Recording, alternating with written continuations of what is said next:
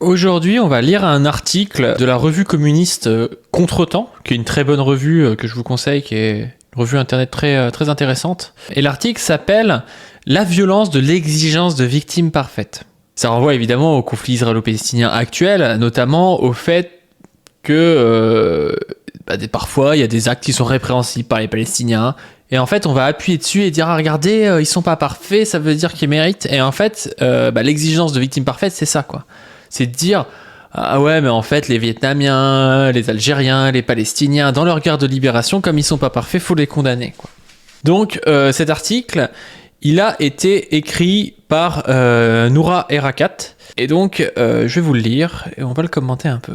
À rebours de l'idéologie coloniale qui imprègne la grande majorité du personnel politique et médiatique français, Contretemps se rattache à la tradition anticoloniale de la gauche française des années 1960 et 1970, marquée par l'engagement des militants pour l'Algérie indépendante. Dans le cadre du soutien à la lutte du peuple palestinien, nous proposons à nos lecteurs, lectrices, des textes d'information et de réflexion sur la situation actuelle en Palestine. Ce texte de Noura Erakat est paru initialement sur le site Jadilia. Il a été traduit par la rédaction de Contretemps. Le Hamas a lancé une attaque sans précédent contre Israël, visant le régime colonial et d'apartheid qui a servi les Palestiniens et Palestiniennes depuis 75 ans. Les réactions occidentales et la couverture médiatique de l'attaque ont mis l'accent sur la faillibilité de l'appareil militaire israélien, ainsi que sur les tactiques du Hamas, qui n'a pas fait de distinction entre les cibles militaires et civiles. Peu d'observateurs occidentaux ont mis en lumière le contexte de violence structurelle d'Israël qui a condamné les Palestiniens et Palestiniennes à une mort lente, manquant ainsi une occasion cruciale de faire avancer une solution véritable, durable, dans la région. 2 millions de Palestiniens et Palestiniennes de Gaza, une enclave côtière méditerranéenne de 365 mètres carrés, sont assiégés par un blocus naval complet et un siège terrestre imposé par Israël depuis 16 ans. Mais ça, c'est délirant parce qu'en fait, on l'entend jamais à la télé. Il y a un blocus. Et on entend encore moins parler que l'embargo sur Cuba. Alors, déjà, on entend peu parler, mais alors le blocus sur Israël, alors qu'il y a le conflit israélo-palestinien qui reprend, on l'entend jamais. Comme si ça comptait pas, en fait, le fait que les mecs ne pouvaient pas aller à plus de 10 km de leur côte, qu'ils pouvaient pas sortir d'une zone de 20 km de long, quoi. Enfin, non, ça compte pas. Les Nations Unies et les organisations humanitaires ont condamné le blocus comme étant illégal et ont qualifié son impact de catastrophique. En 2015, une agence des Nations Unies a prédit que Gaza serait inhabitable d'ici 2020 en raison du manque d'hygiène, d'accès à l'eau potable et des pénuries alimentaires causées par Israël. Nous sommes aujourd'hui en 2023. Actuellement, plus d'un quart des maladies signalées à Gaza sont dues à la mauvaise qualité de l'eau et au manque d'accès à celle-ci. Vous imaginez le délire? Plus d'un quart des maladies sont dues à la mauvaise qualité de l'eau. Alors qu'à côté, vous avez Israël, qui est un pays qui a un niveau de vie européen, quoi. Donc c'est vraiment qu'il y a une volonté de siège, d'assiéger, de laisser les mecs crever et de contrôler tout ce qu'ils peuvent avoir et de baisser au fur et à mesure la qualité des trucs pour qu'ils meurent. Enfin, c'est vraiment scandaleux, quoi. 53% de la population vit en dessous du seuil de pauvreté et la dépendance à l'égard de l'aide alimentaire pour survivre est passée de moins de 10% en 2000 à 70% en 2017. 70% des gens dépendent de l'aide alimentaire pour survivre, vous imaginez le délire. Entre l'automne 2016 et l'été 2017, 186 installations fournissent des services de santé, d'eau et d'assainissement et de collecte des déchets solides ont été fermées en raison de pénuries d'électricité dues au siège et au blocus. À tout cela s'ajoute la mort et de la destruction causée par les assauts répétés et massifs de l'armée israélienne. Depuis 2008, Israël a lancé 4 offensives militaires de grande envergure contre une population majoritairement réfugiée, piégée dans l'un des endroits les plus densément peuplés de la planète, tout en refusant un couloir humanitaire pour permettre aux gens de s'en échapper. Enfin, c'est ça qui est délirant aussi, c'est qu'à la fois ils veulent ne plus voir les Palestiniens, mais ils les laissent pas non plus partir quand ils sont dans la merde. Donc c'est vraiment le piège absolu, et il y a une volonté clairement génocidaire là-dedans. À petit feu, à feu plus vif quand c'est comme aujourd'hui où c'est à coups de missile, mais il y a une volonté d'extermination et d'effacement du peuple palestinien. Au cours de ces attaques, Israël a tué des familles entières sur plusieurs générations par des tirs de missiles sur leurs maisons. Israël a également bombardé à plusieurs reprises des hôpitaux et des écoles des Nations Unies abritant des civils et portant l'emblème de l'ONU. Malgré la litanie de crimes de guerre bien documentés, personne n'a eu à rendre de compte et le siège n'a fait que se resserrer. Pire encore, les Palestiniens et Palestiniennes ont été rendus responsables de leur propre souffrance après avoir démocratiquement élu le Hamas à la tête de l'autorité palestinienne en 2006. Ce discours, qui consiste à blâmer les victimes, occulte le fait que le Hamas n'a été créé qu'en 1987, soit 20 ans après le début de l'occupation palestinienne de Gaza et de la Cisjordanie, et près de 40 ans après l'expulsion massive et la dépossession des Palestiniens et Palestiniennes lors de la création de l'État d'Israël en 1948. Le Hamas pourrait disparaître demain. La politique israélienne d'expansion coloniale se poursuivrait de toute façon. Bah oui, ça c'est évident. Le Hamas, c'est vraiment le truc qui permet après de dire ah bah oui, c'est parce qu'il y a le Hamas, on est obligé de venir coloniser, on est obligé de venir tuer des gens. Mais en fait, avant le Hamas, c'était déjà le cas, et après le Hamas, ce sera encore le cas.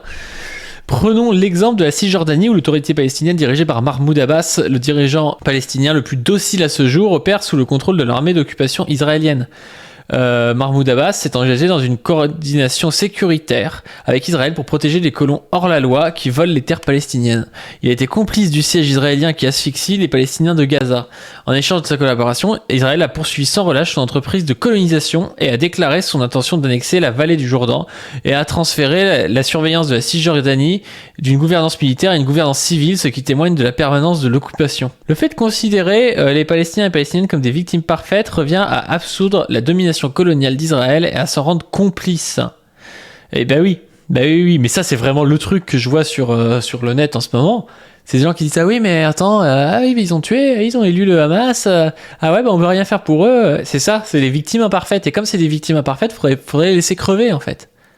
Et ça met sous le tapis de pourquoi est-ce que ils se retrouvent aujourd'hui à croire dans un fondamentalisme religieux et à essayer de s'en sortir par la violence. Peut-être parce qu'en fait rien n'a marché, parce que l'État d'Israël a mis en échec toutes les possibilités non violentes et a fait en sorte de faire chuter au maximum le camp progressiste israélien pour pouvoir après dire ah ouais mais comme c'est des fondamentalistes religieux, nous on y va, alors que bon c'est aussi des fondamentalistes religieux qui sont à la tête d'Israël.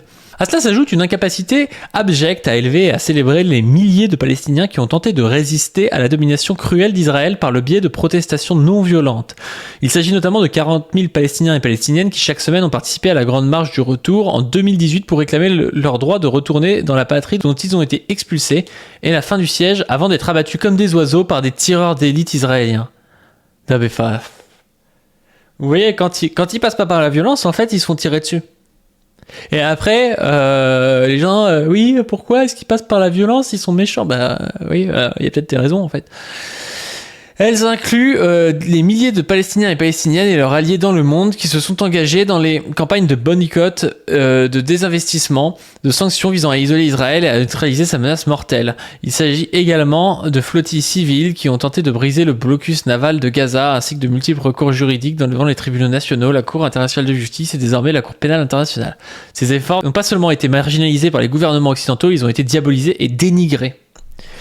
Le message adressé aux Palestiniens et Palestiniennes n'est pas qu'ils et elles doivent résister plus pacifiquement, mais c'est qu'ils ne doivent plus résister du tout à l'occupation et à l'agression israélienne.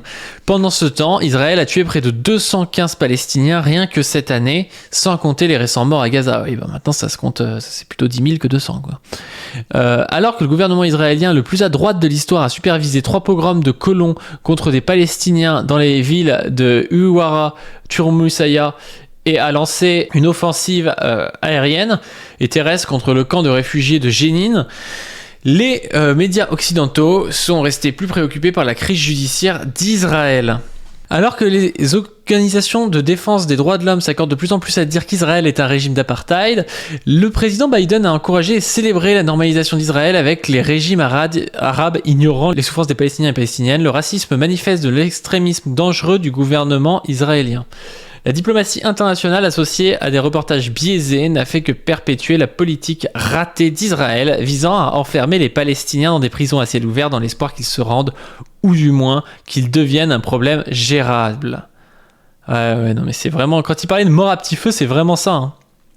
L'attaque du Hamas devait montrer clairement que le problème n'est pas la soif insatiable de liberté du peuple palestinien, mais le statu quo international qui vise à normaliser l'assujettissement permanent des Palestiniens par Israël. C'est vrai que pour le coup, l'attaque du Hamas, d'ailleurs pas que du Hamas, a eu cet intérêt de rendre leur cause beaucoup plus visible. Et j'imagine que ça faisait partie de la stratégie aussi.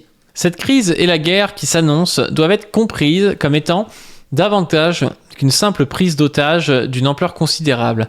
Il s'agit d'une crise de la volonté politique de contester les crimes de guerre et les crimes contre l'humanité commis par Israël, qui nous ont conduits jusqu'ici. L'incapacité permanente à faire face à ce contexte équivaut à dire aux Palestiniens et Palestiniennes qu'ils doivent mourir tranquillement. Ouais, mais c'est ça. Il s'agit d'une exigence immorale et impossible qui menace bien plus que la vie des Palestiniens et Palestiniennes. Toute condamnation de la violence palestinienne doit commencer et se terminer par des demandes de levée de siège, de la fin de l'occupation, de démantèlement du système d'apartheid israélien. C'est ça qu'ils ont pas compris, les mecs qui sont là, oui, vous condamnez. Oui, c'est que, évidemment que moralement, tout le monde condamne en fait les meurtres de civils, c'est jamais un plaisir.